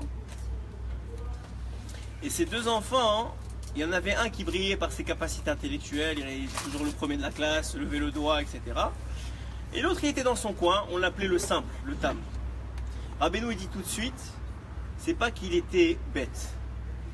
Il faut très vite comprendre la différence. C'est pas quelqu'un de bête, au contraire. Il avait un esprit normal. Ce n'est pas quelqu'un qu'on voyait briller dans une salle. Il était dans son coin, personne ne faisait attention à lui, mais il n'était pas bête. Pas du tout bête même. Et ces deux enfants, ils éprouvaient l'un pour l'autre beaucoup d'affection. Même malgré qu'ils étaient... il y en avait un qui était très différent de l'autre. Ils s'aimaient beaucoup, ils avaient une affection d'âme qui était très forte. Avec le temps, les deux bourgeois, ils ont fait faillite. Et eux, ils sont arrivés ils ont grandi, les enfants. Et donc les pères, ils sont venus voir leur fils, ils leur ont dit, on s'excuse, on vous a entretenu jusqu'à maintenant. Maintenant c'est fini, on ne peut plus vous entretenir. Vous devez... Faites votre vie, quoi. Ça y est, ça suffit de vivre au crochet de papa et maman. On aurait bien voulu, mais on a tout perdu. Hachem, il a voulu comme ça. Donc ils ont dû trouver une solution. Et Rabbeinu il dit très clairement, voilà que le Tam, qu'est-ce qu'il a fait? Très simplement, il est parti dans la ville, il a dit il y a un métier que je peux apprendre vite, rapidement pour pouvoir subvenir à mes besoins. On lui a dit oui, tu peux devenir cordonnier. Très bien, alors il a appris le métier de cordonnier en quelques semaines. Amen. Il a appris le métier de cordonnier en quelques semaines et il est devenu cordonnier. Il s'est marié parce qu'il faut se marier, c'est ce qu'il dit ici. Il s'est marié parce qu'il fallait se marier, c'est-à-dire il a trouvé une femme qui lui convenait. Il n'a pas beaucoup cherché. Et puis qu'est-ce qui est venu avec le Haram? Le Haram il a dit non, pour moi cette ville-là c'est trop petit, il faut que j'aille voir ailleurs. Donc il est parti voir ailleurs, il a commencé à chercher un métier et il est passé par plusieurs métiers. Alors il dit ici le Haram qui était doué et savant, comme il ne voulait pas faire un métier qui était trop peu pour lui, alors il a commencé à aller d'abord au marché, il a vu qu'il y avait un chariot qui partait, il leur a dit où est-ce que vous partez? Dans une grande ville, très bien, est-ce que je peux vous suivre? Je vais travailler pour vous. Il a commencé à travailler comme un forcené pour eux pendant tout le voyage pour payer son voyage vers Varsovie. Et ensuite de ça, arrivé à Varsovie, il a dit c'était pas pour moi, il a commencé à chercher des gens qui avaient du succès, il a vu que vendre des habits, ça permettait de s'habiller bien. Il a dit je vais faire vendeur d'habits, mais au début, quand tu commences à faire vendeur d'habits, il faut commencer en bas de l'échelle. Donc il a travaillé comme un fou pour devenir finalement un grand vendeur d'habits. Mais il a dit finalement les habits c'est pas pour moi, c'est trop bas, moi je suis plus intelligent que ça. Donc il est parti dans une autre ville. Et dans cette autre ville-là, il a dit bon qu'est-ce que je peux faire? Alors on lui a dit tu sais quoi, on a besoin de bijoutiers. Il a appris les bijoutiers en quelques mois. Il dit Rabbeinu, ce qui prenait 3 ans à apprendre, il le faisait en 3 mois. C'est-à-dire le métier de bijoutier, en 3 mois il arrivait. Et il est devenu le meilleur bijoutier, tellement qu'il était extraordinairement bon dans les bijoux. Hein? Ouais, vous êtes bijoutier? Hein? Non, j'espère pas, ça c'est plus le temps que le Chacham. Vraiment, j'ai appris mon métier. C'est vrai? Oui. Tu es bijoutier? Je sais même pas que tu es bijoutier. Sans passer par les écoles, sans rien. Ça c'est le bon, toi tu as le tam et le Chacham en toi. Mais ce qu'il dit ici, donc il a appris ça. mais il était tellement bon qu'il voyait des défauts dans ce qu'il créait. Et quand les gens, ils ne voyaient pas le défaut, ils s'énervaient, c'est-à-dire ils trouvaient du mal dans la beauté. Ils disaient, ouais, c'est magnifique ce que tu as fait, je te l'achète. Ils disaient, mais qu'est-ce que tu achètes? Regarde ce défaut-là, ils ne le voyaient même pas, les gens, ils ne sont pas experts. Il était tellement, même dans la plus de perfection qu'il trouvait à faire, il trouvait toujours un défaut. Et donc il s'en est lassé, il a dit, c'est pas pour moi ce métier-là. Il a dit, de toute façon, les bijoux, on ne sait jamais, puis tu vas avoir une crise, il n'y aura plus d'or. Il commence à se faire des films dans sa tête. Et il a dit, tu sais quoi, il faut que j'aille dans une autre ville. Il est parti dans une autre ville. Il a dit, c'est quoi un métier que tout le monde aura toujours besoin? Il a dit, je vais devenir médecin. Il a appris en 3 mois, au lieu de 3 ans, le métier de médecin. Je ne sais pas quel médecin il était, ou 7 ans aujourd'hui. Ouais. Bon, en tout cas, aujourd'hui, c'est beaucoup de blabla. Et donc, il est devenu médecin. Mais le problème, c'est qu'à chaque fois qu'il guérissait, on disait Baruch Hashem, c'est-à-dire, c'est pas lui, c'est Hashem. Et à chaque fois qu'il il guérissait pas, on disait c'est lui. Et donc il était toujours malheureux. Au bout d'un moment, il a dit j'en ai marre, je retourne dans ma ville, personne ne me connaît ma vraie valeur.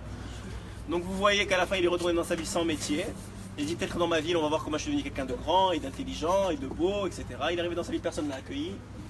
Jusqu'à que son ami, le Tam, qui était en train de faire le cordonnier, il a entendu qu'il était venu, il a dit viens, il a dit viens chez moi, il a dit mais tu habites pas dans une belle maison, il a dit c'est pas grave, je te laisse toute la maison, moi je prends le sous-sol. Il a dit ok, alors il est rentré avec lui dans la maison. Ça c'est tout le début du conte. Déjà vous voyez, hein, à travers le début du conte, que Rabbeinu il nous explique quelque chose d'extraordinaire. Il nous dit a priori, tu aurais cru que celui qui doit être heureux, c'est l'intelligent. Il a toutes les facilités du monde. Il peut apprendre le métier qu'il veut, comme il veut. Mais le problème de l'intelligent, c'est que c'est un éternel insatisfait. C'est un éternel insatisfait. Et l'insatisfaction, c'est la clé de la hatzmut. C'est la clé de la tristesse. C'est un éternel insatisfait. Et on est tous des éternels insatisfaits. Parce qu'on a été éduqués comme ça. Notre génération, on est tous des éternels insatisfaits. Parce qu'on a eu la cuillère d'argent dans la bouche. Et on a toujours vu le négatif. Mais c'est Hachem qui a voulu comme ça. C'est un tikkun. Et vous savez que dans la Gemara, c'est écrit que les plus grands des Tanaïm ne voulaient pas venir dans la dernière génération. Ils ont dit on n'y arrivera pas. Ouais. Et il y a plusieurs pirouchim, il y a plusieurs explications pourquoi ça. Et l'une des plus grandes explications, c'est que les âmes qui ont accepté, c'est-à-dire vous et moi, qui ont accepté de venir dans cette génération, c'est des âmes qui ont accepté de descendre dans les plus grands bas-fonds qui existaient dans le monde.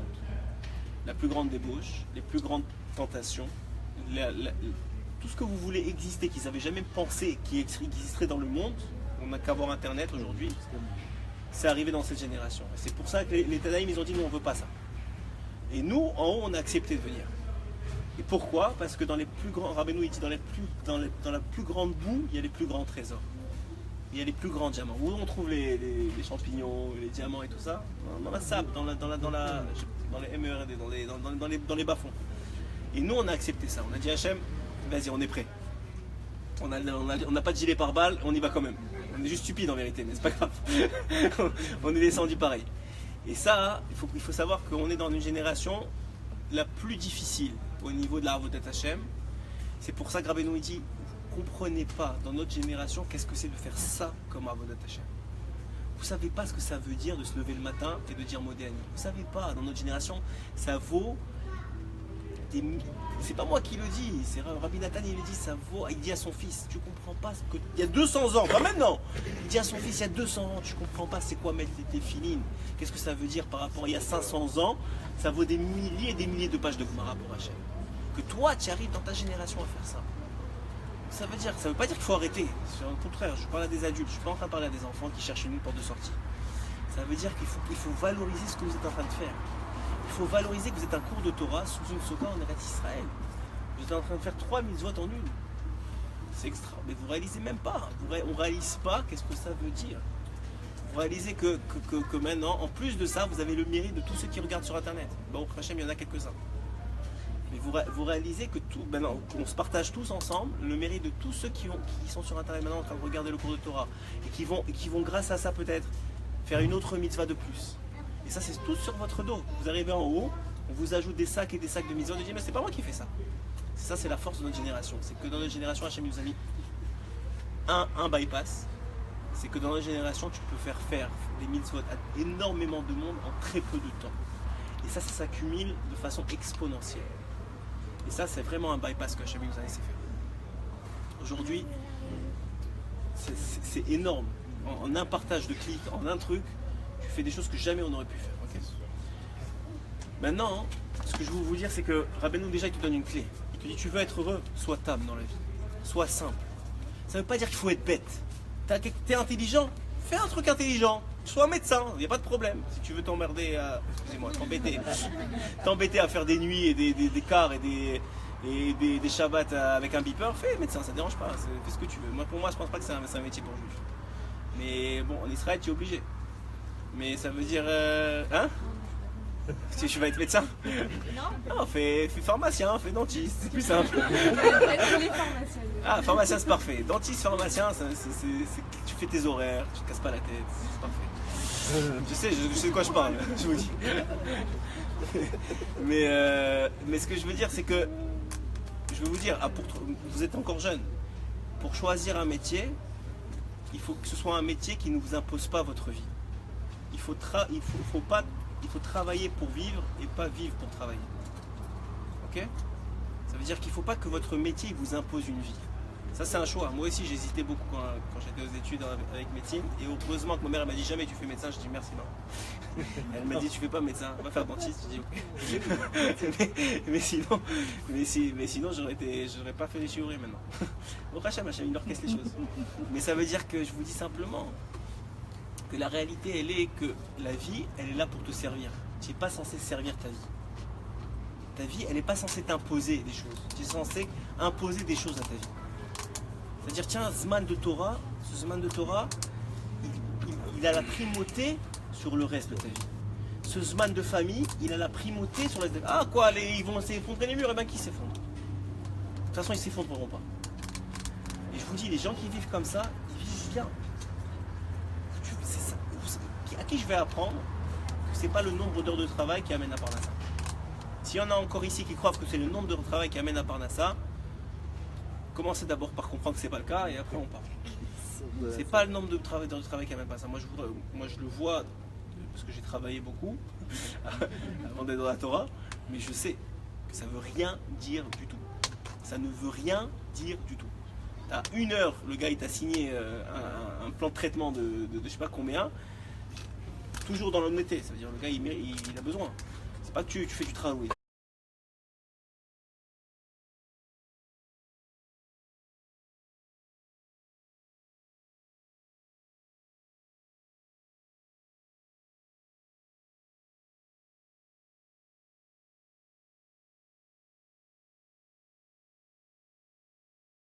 Tu mets de Emouna en Hachem, lui Hachem il prend la place.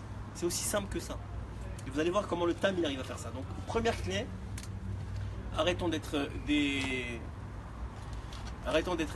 insatisfaits éternels. Et arrivons, tu es intelligent, fais ce que tu as à faire. Tu n'es pas tellement intelligent, c'est pas grave, Hachem il te veut comme ça. C'est pas grave, il n'y a rien, c'est pas une mauvaise chose. Tu as plein de qualités que d'autres il n'a pas. Je vous dis, les intelligents, c'est pas tu les appelles pour leur dire je suis dans la galère, viens m'aider, c'est pas les premiers qui vont venir t'aider.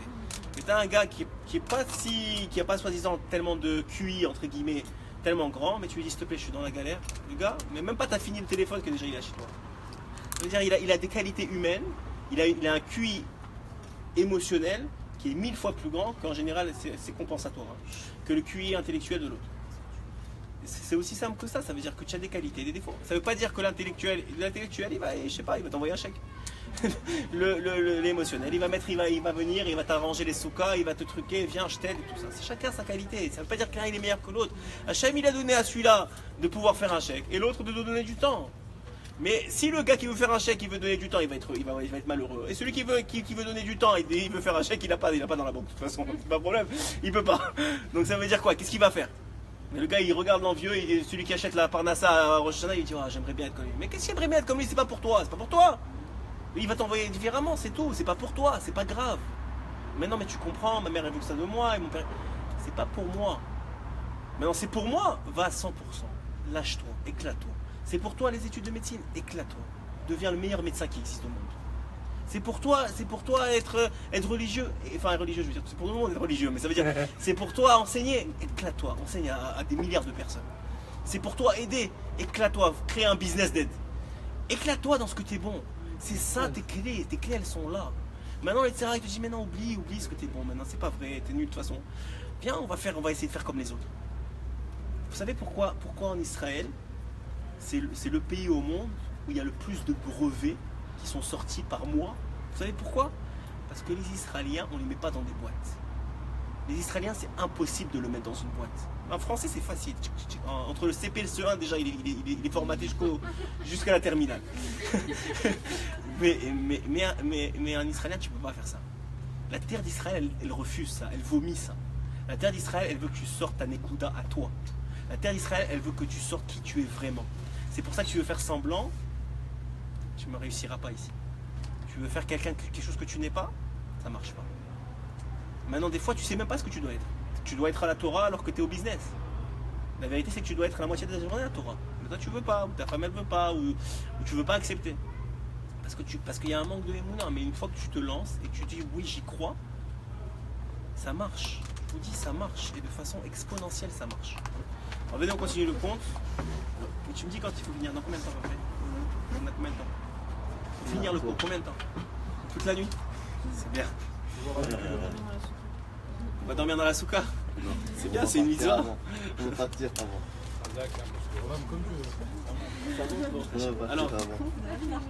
Alors écoutez bien. Il dit Rabbeinu dans ce compte-là. Premièrement, je vous ai dit, maintenant ils se retrouvent dans la même ville. Il y en a un qui est devenu cordonnier. Mais je vous ai pas dit la vérité, c'est qu'il c'est un pourri comme cordonnier. Il dit Rabbeinu, il fait des chaussures à 3 angles. C'est-à-dire mais le gars, il est hyper heureux. Et quand il finit une chaussure, il passe une demi-heure à dire qu'est-ce qu'elle est extraordinaire cette chaussure. Mais vraiment, regarde comment elle a 3 angles. Mais c'est une bombe cette chaussure. J'aurais jamais cru que j'aurais fait ça de ma vie. Mais c'est vraiment extraordinaire. Et il a le sourire aux lèvres. Et sa femme, elle lui dit mais dis-moi, t'es un imbécile ou quoi? Ta chaussure, mais si elle est tellement bien ta chaussure, elle lui dit. Je le sors du compte parce que je ne veux pas perdre trop de temps. Et ici, elle est tellement bien ta chaussure, dis-moi. Pourquoi tu la vends pas comme les autres, elle dit des zouzes, mais $3 ou $30? Pourquoi tu la vends juste la moitié du prix? Et qu'est-ce qu'il lui répond? La chanson qu'on a chantée. Zema sechelo, vezema secheli, veod la malanu, ledaber me'acherim. C'est une chanson qui chante les enfants. Ça, c'est son travail à lui, et ça, c'est mon travail à moi. Et pourquoi j'ai besoin de parler de l'autre? C'est ça qu'il répond à sa femme, et il continue à dire à sa chaussure qu'est-ce que tu es extraordinaire, vraiment, merci beaucoup. Et il dit à sa femme, tu sais quoi, cette chaussure? Regarde, je vais t'expliquer. Elle m'a coûté tant de lacets, tant de cuir, tant de trucs, il me reste encore un zouz et demi. Mais c'est extraordinaire. Si ça finit pas là. Il continue. Maintenant, le gars, il n'a rien à manger. Donc, qu'est-ce qu'il fait? Eh ben, ça le dérange pas. Qu'est-ce qu'il fait? Il a toujours la même soupe. Il a une soupe avec des os de poulet tous les jours de sa vie, tous les soirs, et même Shabbat, et même tout le temps. Mais il a trouvé une solution. Alors, qu'est-ce qu'il fait? Le Shabbat, il dit, dis-moi, tu peux me donner le rôti, s'il te plaît? Alors sa femme, elle lui donne la sauce de poulet. Il dit, qu'est-ce qu'il est extraordinaire, ce rôti. Maintenant, lui, c'est pas un imbécile. Rabbeinu lui a dit très clairement, c'est pas un imbécile. C'est une avoda. C'est un travail. Bien sûr qu'il a exagéré, Rabbeinu. Mais c'est un travail. Il dit, tu sais quoi, j'ai des os de poulet devant moi, mais je vais considérer que c'est de la viande. Et si je considère que c'est de la viande, je ferme les yeux sur ce monde-ci, je pense au tachlit, et Hachem, il va me faire sentir comme si c'était de la viande. Ça ne veut pas dire que ça va être... Il ne faut pas être imbécile, c'est pas de la magie. Il va pas... Ça va pas devenir de la viande. Mais je vais me sentir comme si je mangeais de la viande. Parce que moi, je vous garantis qu'il y en a plein qui sont au restaurant qui payent maintenant 600 shekels pour la viande, et que leur femme, elle les regarde comme si c'était des merdes. Excusez-moi, ce soir, ça lâche trop. Comme si c'était des moins que rien, et la viande, elle passe pas, elle est là. Et les 600 shekels aussi. Ça veut dire quoi? Ça veut dire que c'est quoi qui compte? La viande ou le sentiment que tu as de la viande? C'est quoi qui compte? L'habit ou le sentiment que tu as du kavod de l'habit? Il dit Rabbeinu, ça sort parce que vous êtes jeune. C'est comme ça que je parlais quand j'étais jeune. J'ai changé Baruch Hashem depuis. Alors il dit Rabbeinu, de façon, il dit pour les habits, il dit cet homme-là la même chose. Il dit cet homme-là hein, qu'il avait juste un parka, une sorte de manteau. Et maintenant, vous savez, c'est un Ashkenaz, donc normalement à Shabbat ils ont le Shtraimel et tout ça. Alors il disait à sa femme, donne-moi le Shtraimel, mais elle donnait toujours le même manteau, toujours déchiré, tout ça. Et lui, c'était ça sa avoda. Sa avoda, c'était de sortir le meilleur de ce qu'il avait. Et ça, c'était sa avoda, et il se sentait toujours sa mère. Maintenant, l'autre, vous avez bien compris que c'est tout à fait le contraire. Qu'est-ce qu'il faisait? Même il avait les beaux habits, même il avait ce qu'il veut, il n'était jamais heureux. Pourquoi?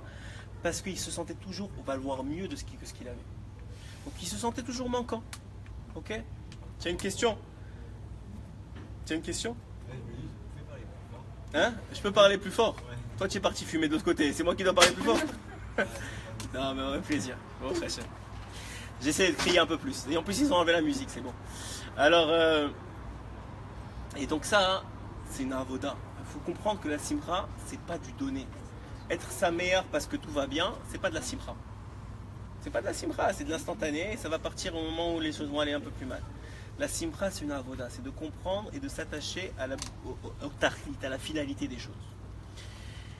Et je vous la fais courte parce que ça fait déjà, je pense, un petit moment qu'on parle. À la fin, à la fin, Mordechai il vient à tous les shurim, mais il ne faut pas dépasser l'heure. Alors, à la fin, regardez comment ça se finit. À la fin de ce conte, le roi du pays, il entend parler de ces deux gigolos là, de ces deux extraordinaires. Il dit comment c'est possible que deux personnes qui soient nées dans le même préder, qui ont appris les mêmes choses, soient tellement différents. On lui parle, c'est connu dans la ville, après c'est connu dans le pays qu'il y a deux personnages qui sont vraiment atypiques. Un qui est toujours malheureux, mais il est hyper intelligent, il a tout ce qu'il veut dans la vie, il devrait réussir. C'est le monsieur célébrité. Et l'autre, c'est le pauvre de service que personne ne lui jette une pièce, mais il est tout le temps sa meilleure, qui danse dans les rues, et personne ne comprend. Et c'est devenu un phénomène de société. Donc ça arrive aux oreilles du roi, et le roi il dit il faut que je voie ça. Donc qu'est-ce qu'il fait? Il envoie deux messagers avec deux lettres tamponnées du roi pour l'intelligent et pour le simple. Une pour chacun. Et évidemment les messagers arrivent avec les habits du roi, le carrosse, etc. Le simple, il arrive chez le simple, il dit voilà, il veut te rencontrer. Il pose même pas une question. Il dit chérie, le roi il veut me rencontrer, chérie, le roi il veut me rencontrer, c'est trop bien, regarde, je savais que ça allait arriver, je savais, il y a Dieu dans le monde, c'est pas possible autrement, ça va aller. Ça marche? Hein? Ah, depuis longtemps? Ah, Khazak. Alors, il dit chérie, c'est extraordinaire.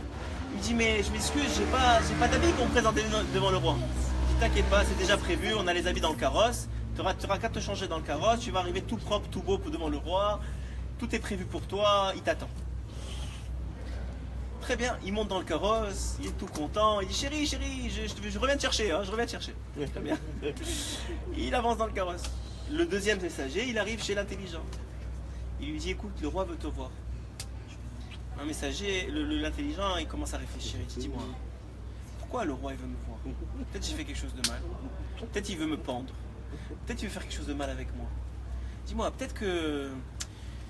Je sais pas, j'ai dû faire un... C'est pas possible, le roi il veut pas voir des gens juste pour ça. En général il veut pour les pendre, pour les jeter au lion, ou un truc comme ça, c'est pas pour leur faire du bien. C'est comme quand les impôts ils t'appellent, c'est pas pour te dire merci, on va vous donner 3000 €, ça marche pas. En général c'est pour te faire... Tu sais quoi? Non, je vais réfléchir, revenez demain. En attendant, il se fait des films dans sa tête, et il se dit tu sais quoi? Mais peut-être que le roi il existe même pas. Qui a dit que le roi existait? Quelqu'un l'a vu? Alors le lendemain, le messager revient. Il dit dis-moi, est-ce que vous avez vu le roi, vous? Il dit non, on l'a pas vu, on sait qu'il existe, on nous a donné un message de sa part, on vous le donne. Mais vous, est-ce que vous êtes sûr? Moi je suis sûr que le roi c'est qu'un mythe, ça n'existe pas. C'est pas vrai que le roi il existe. Évidemment, vous savez que le roi en général dans les contes de Rabbi Nachman c'est Dieu. Donc il dit, et donc finalement il dit tu as raison, mais pourquoi on travaille? C'est vrai, pourquoi on travaille pour quelqu'un qu'on n'a jamais vu? Alors ils se mettent avec lui, ils disent tu sais quoi, venez avec moi, on va faire le tour des villes, vous allez voir c'est extraordinaire, on va faire le tour du monde. Finalement ils deviennent des vagabonds, ils n'ont même pas de quoi manger, on leur jette du pain dans la rue, et c'est comme ça qu'ils finissent. En attendant, l'autre il est retourné au royaume, il est arrivé devant le roi. Le roi lui dit tu sais j'ai entendu beaucoup parler de toi, on m'a dit que tu étais quelqu'un de très droit, de très vrai, toujours Saméa. Il dit oui, bon Hachem, tout va bien, grâce à Dieu, pourquoi je ne serais pas Saméa? Tout va bien. J'ai une femme, une famille, j'ai un métier, j'ai de quoi vivre, tout va très bien. Et il lui dit, Bémet, et le roi lui dit, il dit Rabbeinu, le roi il lui dit, Bémet, je ne croyais pas qu'un homme comme ça existait. La vérité, c'est que j'ai besoin de quelqu'un comme toi pour garder mon trésor. Au moins toi, je suis sûr que tu ne vas pas me voler. Il me dit, ah ouais, bah, avec pas de problème. Mais ma femme et mes enfants, ils m'attendent. Il me dit, t'inquiète pas, je les fais venir. Il a mis en charge du trésorier du roi, avec les habits et toutes les fonctions qui vont avec. Il a fait venir sa famille au royaume. Et il a vécu des jours heureux. Ça, c'est ce qui nous attend si on veut être vraiment table.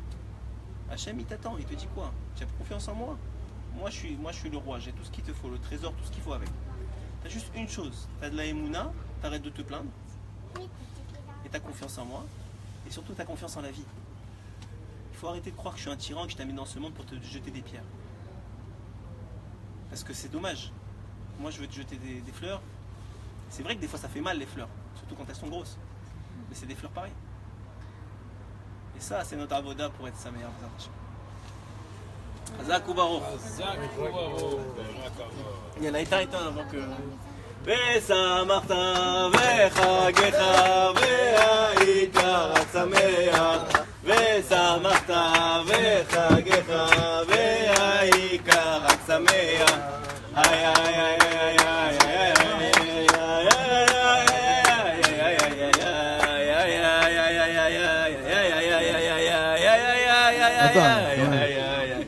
ושמחת וחגך והיית שמח ושמחת וחגך